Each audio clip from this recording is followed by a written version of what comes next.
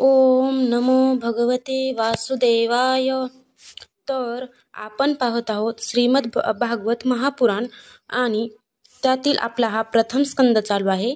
प्रथम स्कंदातील आपला अध्याय नंबर 17 चालू आहे. तर 17व्या अध्यायामध्ये आपण महाराज परीक्षितांकडून कलियुगाचे दमन पाहणार आहोत.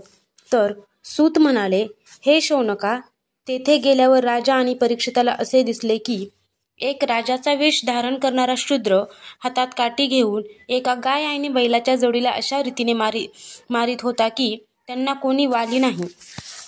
कमलातील तंतूप्रमाणे शुभ्र रंगाचा बैल एका पायावर उभा राहून थरथर कापत होता आणि त्या शूद्राच्या मारण्यामुळे दुःखी आणि भयभीत होऊन मूत्रत्याग करीत होता. धार्मिक कृत्यांसाठी दूध, तूप असे आहुतींचे पदार्थ देणारी गाय सुद्धा शूद्रांच्या वारंवार लत्ता प्रहारांनी अत्यंत दुःखी झाली होती. एक तर ती अशक्त होती, शिवाय तिचे वासरूही तिच्याजवळ नव्हते. तिला भूक लागली होती, त्यामुळे तिच्या डोळ्यातून अश्रू वाहत होते. सुवर्णजडित रथात बसलेल्या राजा परीक्षिताने आपले धनुष्य सज्ज केले आणि घनगंभीर आवाजात त्याने शूद्राला विचारले, अरे, स्वतः बलवान असूनही माझ्या राज्यातील दुर्बल प्राण्यांना बलपूर्वक मारणारा तू कोण आहेस? एखाद्या नटाप्रमाणे राजाचा वेश तू धारण केला आहेस, पण तुझे कृत्य तर शूद्रासारखेच दिसत आहे. अर्जुनासह श्रीकृष्णांच्या परमधामाला जाण्याने निर्जल स्थानावर निरपराधांवर अशा प्रकारे प्रहार करणारा तू अपराधी आहेस, म्हणून वध करण्यास योग्य आहेस. परीक्षिताने धर्माला म्हणजेच बैलाला विचारले, बीस तंतूप्रमाणे तुझा श्वेतवर्ण आहे. आणखी 3 पाय नसलेला तू एकाच पायावर फिरतोस, हे पाहून मला फार दुःख होत आहे. बैलाच्या रूपात तू कोणी देव आहेस काय? सध्या ही पृथ्वी कुरुवंशी राजांच्या शौर्यामुळे सुरक्षित आहे. तेथे तुझ्याशिवाय अन्य कोणाही प्राण्याला दुःखाने अश्रुपात करताना मी पाहिले नाही. हे धेनुपुत्रा, तू आता शोक करू नकोस. या शूद्राचे भय बाळगू नकोस. गोमाते, मी दुष्टांना शासन करणारा असताना तू अश्रू ढाळू नकोस. तुझे कल्याण असो. हे देवी, ज्या राजाच्या राज्यामध्ये दुष्टांच्या उपद्रवामुळे सर्व प्रजा त्रस्त झालेली असते, त्या उन्मत्त राजाची कीर्ती, आयुष्य, ऐश्वर एवढेच काय, परलोकही नष्ट होतो.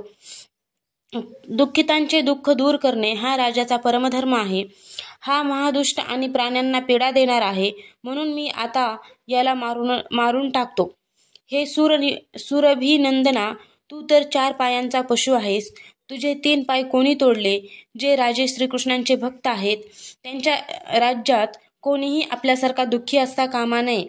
हे वृषभा, तुझे कल्याण असो. मला सांग की तुझ्यासारख्या निरापराध साधुवृत्तीच्या प्राण्यांचे अवयव तोडून कोणत्या दुष्टाने पांडवांच्या कीर्तीला कलंक लावला? जो कोणी निरापराध प्राण्यांना पीडा देतो, तो कोठेही असला तरी त्याला माझ्यापासून अवश्य भय राहील. दुष्टांचे दमन केल्याने साधूंचे कल्याणच होते. जी उन्मत्त व्यक्ती निरापराध प्राण्यांना दुःख देते, ती साक्षात देवता असली तरी मी त्या व्यक्तींचे बाजूबंद घातलेले हात तोडून टाकीन. आपत्काल नसताना शास्त्र मर्यादा उल्लंघन करणाऱ्यांना शास्त्रानुसार शासन करून धर्मानुसार वागणाऱ्या लोकांचे पालन करणे हाच राजाचा परमधर्म आहे. धर्म म्हणाला, राजन, दुःखितांना अभय देणे हे आपल्यासारख्या पांडूंच्या वंशजांना योग्यच आहे, कारण आपल्या पूर्वजांनी त्यांच्या या श्रेष्ठ गुणामुळेच भगवान श्रीकृष्णांना आपले सारथी, दूत इत्यादी बनविले होते. हे नरेंद्रा, शास्त्रांच्या वेगवेगळ्या वचनांनी मोहित झाल्यामुळे परमपुरुषाला आम्ही ओळखत नाही. त्यामुळे संसार क्लेशांची कारणे उत्पन्न होतात. कोणत्याही प्रकारचे द्वैत ज्यांना मान्य नाही, ते स्वतःला स्वतःच्या दुःखाचे कारण समजतात. कोणी प्रारब्धाला कारणीभूत ठरवितात, तर कोणी कर्माला, काही लोक स्वभावाला, तर अन्य ईश्वरालाच दुःखाचे कारण मानतात. राजर्षे, काही जणांचे तर निश्चयपूर्वक असे म्हणणे आहे की दुःखाचे कारण तर्काने जाणले जाऊ शकत नाही आणि वाणीने सांगितले जाऊ शकत नाही. आता यापैकी कोणते मत बरोबर आहे, याचा तूच आपल्या बुद्धीने विचार कर. सूत म्हणाले, ऋषीश्रेष्ठ शौनका, धर्माचे हे प्रवचन ऐकून सम्राट परीक्षित अतिशय प्रसन्न झाला. त्याचा खेद नाहीसा झाला. शांत चित्ताने तो धर्माला म्हणाला. परीक्षित म्हणाला, धर्माचे तत्व जाणणारे वृषभदेव, आपण धर्माचा उपदेश करीत आहात. आपण निश्चितच वृषभ रूपात असणारे धर्म आहात. आपण आपल्याला दुःख देणाऱ्यांचे नाव यासाठी सांगितले नसावे की अधर्म करणाऱ्याला जसा नरक प्राप्त होतो तसाच नरक चहाडी करणाऱ्यालाही प्राप्त होतो. किंवा असाही एक सिद्धांत आहे की प्राण्यांच्या मन आणि वाणीद्वारा परमेश्वराच्या मायेचे स्वरूपाचे निरूपण केले जाऊ शकत नाही. धर्मदेव सत्ययुगात आपले तप, पवित्रता, दया आणि सत्य असे 4 पाय होते. आता अधर्माचे अंश असलेले गर्व, आसक्ती आणि मद यामुळे 3 चरण नष्ट झाले आहेत. आता सत्य हा आपला 4था चरणच फक्त शिल्लक आहे. त्याच्याच बळावर आपण जीवित आहात. असत्याने पुष्ट झालेले आहे हे अधर्मी कलियुग त्यालाही गिळंकृत करू इच्छित आहे. ही गोमाता साक्षात पृथ्वी आहे. भगवंतांनी हिच्यावरील प्रचंड भार नष्ट केला होता आणि त्यांच्या अपूर्व सौंदर्याने युक्त अशा चरणचिन्हामुळे ही सर्वत्र प्रेक्षणीय झाली होती. आता हिचा भगवंतापासून वियोग झाला आहे. ही साध्वी अभागिनीप्रमाणे नेत्रातून अश्रू ढाळी चिंता करीत आहे की आता राजाचे सोंग घेतलेले ब्राह्मणद्रोही शूद्र माझा उपभोग घेतील, माझ्यावर राज्य करतील. नंतर महारथी परीक्षिताने धर्म आणि पृथ्वीचे सांत्वन केले. नंतर अधर्माचे कारण ठरलेल्या कलीला मारण्यासाठी त्याने तीक्ष्ण तलवार हातात घेतली. आता हा मला मारून टाकणार हे कलीने जाणले आणि लगेच त्याने आपली राजचिन्हे काढून ठेवून भयाने व्याकुळ होऊन परीक्षिताच्या चरणावर मस्तक ठेवले. परीक्षित मोठा यशस्वी, दीनवत्सल आणि शरणागताचे रक्षण करणारा होता. कलियुगाने आपल्या चरणावर मस्तक ठेवले आहे हे पाहून कृपाळूपणाने त्याला मारले नाही, परंतु हसत हसत म्हटले. परीक्षित म्हणाला, तू हात जोडून शरण आला आहेस तेव्हा अर्जुनाच्या यशस्वी वंशातील कोणाही वीरापासून तुला भय बाळगण्याचे कारण नाही. परंतु तू अधर्माचा सहाय्यक असल्याने माझ्या राज्यात अजिबात राहू नकोस. राजांच्या शरीरातील तुझ्या वास्तव्यामुळेच लोभ, असत्य, चोरी, दुष्टता, स्वधर्म त्याग, दारिद्र्य, कपट, कलह, दंभ आणि अन्य पापे वाढत आहेत. हे अधमसहाय्यका म्हणून तू या ब्रह्मवर्तात एक क्षण देखील राहू नकोस, कारण हे धर्म आणि सत्याचे निवासस्थान आहे. या क्षेत्रात यज्ञविधी जाणणारे महात्मे यज्ञांच्या द्वारा यज्ञपुरुष भगवंताची आराधना करीत असतात.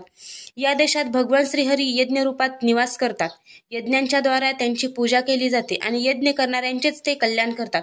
सर्वांच्या अंतर्यामी असणारे ते भगवान वायूप्रमाणे समस्त चराचरात जीवांच्या आत आणि बाहेर निवास करून त्यांच्या कामना पूर्ण करीत असतात. सूत म्हणाले. परीक्षिताची ही आज्ञा ऐकून कली थरथर कापू लागला. हातात यमराजा समान तलवार घेऊन मारण्यासाठी सज्ज झालेल्या परीक्षिताला तो म्हणाला. कली म्हणाला, हे सार्वभौम राजा, आपल्या आज्ञेप्रमाणे जेथे कोठे मी राहण्याचा विचार करतो तेथे आपण धनुष्याला बाण लावून उभे आहात असे मी पाहतो. हे धार्मिक शिरोमणी, जेथे मी आपल्या आज्ञेचे पालन करीत स्थिर चित्ताने राहू शकेन असे ठिकाण आपण मला सांगावे. सूत म्हणाले. कलियुगाची विनंती मान्य करून राजा परीक्षिताने त्याला 4 ठिकाणी राहण्याची दिली. द्यूत, मद्यपान 4 ठिकाणे राहण्यासाठी दिली. सूत म्हणाले. कलियुगाची विनंती मान्य करून राजा परीक्षिताने त्याला 4 ठिकाणे राहण्यासाठी दिली.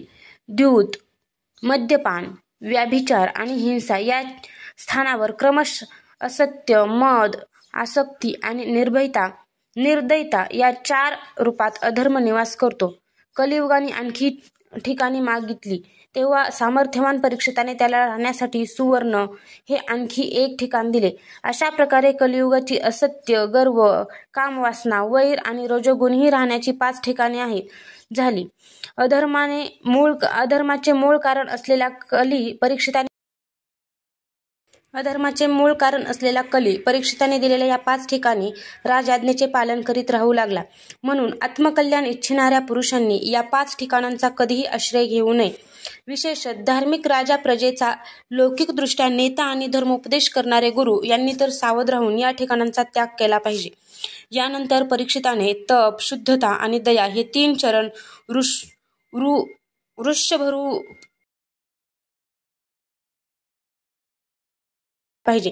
यानंतर परीक्षिताने तप, शुद्धता आणि दया हे 3 चरण वृषभरूप धर्माला जोडून दिले आणि त्याला आश्वासन देऊन पृथ्वीचे रक्षण केले. परीक्षिताचे पितामह राजा युधिष्ठिरांनी वनात जातेवेळी महाराज परीक्षिताला राजसिंहासनावर बसविले होते, तोच आता तेथे विराजमान आहे.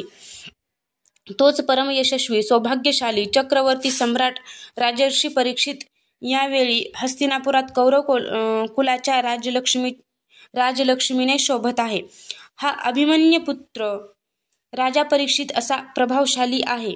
त्याच्याच शासनकालात आपण सर्वजण या दीर्घकाल चालणाऱ्या यज्ञाची दीक्षा घेतली आहे.